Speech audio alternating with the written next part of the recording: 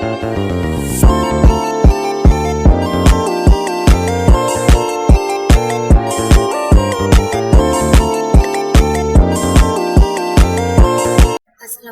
warahmatullahi wabarakatuh.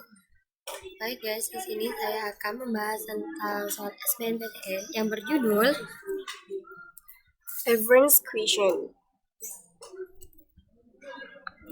This is discussion number 1. In the 1930s,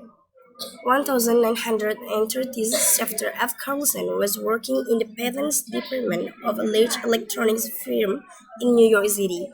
One of the major problems in his work was the length of time and expense involved in getting patents copied. Patents were lengthy legal documents, and the only ways to get them copied were to take them to a tape or to take them to a photographer. Either way of copying patents took a lot of time and cost a lot of money. He came up with the idea for a machine that would copy documents quickly and efficiently. Here is the idea for in the library and then work over a 3-year period on developing a machine that used like an electrostatics charge plate and powder to duplicate image on paper. The result of this work was a machine that produced the first serigraphy copy on October 22, 1938. He named the process Ceros, which means dry whitening.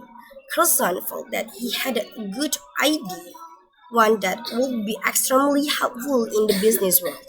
He tried to sell his idea to a number of large corporations, but they were not terribly interested in his machine.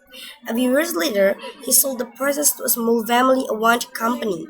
This small company grew into the giant Ceros Corporation, and both Carlson and the Ceros became rather wealthy in the process.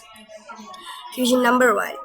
The text is mainly about A. The life of Joseph F. Carlson. B. Carlson's career in the parents' office. C. Development of Ceros machine.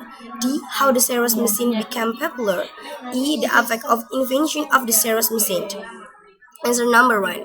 Although photography was first made public in 1839, the theory behind the principle of the medium begins with Aristotle's description of how light waves behave when projected through a small aperture.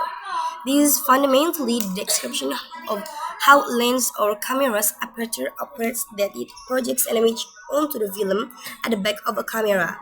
In the Middle Ages, Alhazen and Five Francis Bacon extended the principle to include a large, curtained room with a small opening in one wall.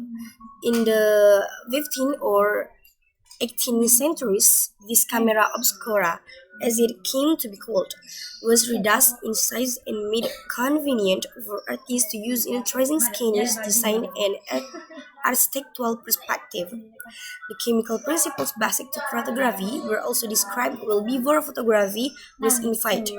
Johannes Schultz in 1727 demonstrated that silver salts turn dark when exposed to thin light. Carl W. Skills in 1777 showed that ammonia retarded the effects of light, and he indicated a possible way of stabilizing the photochemical process. By the end of the 18th century, the necessary equipments, the camera obscura, were available at least to produce same permanent photographic image.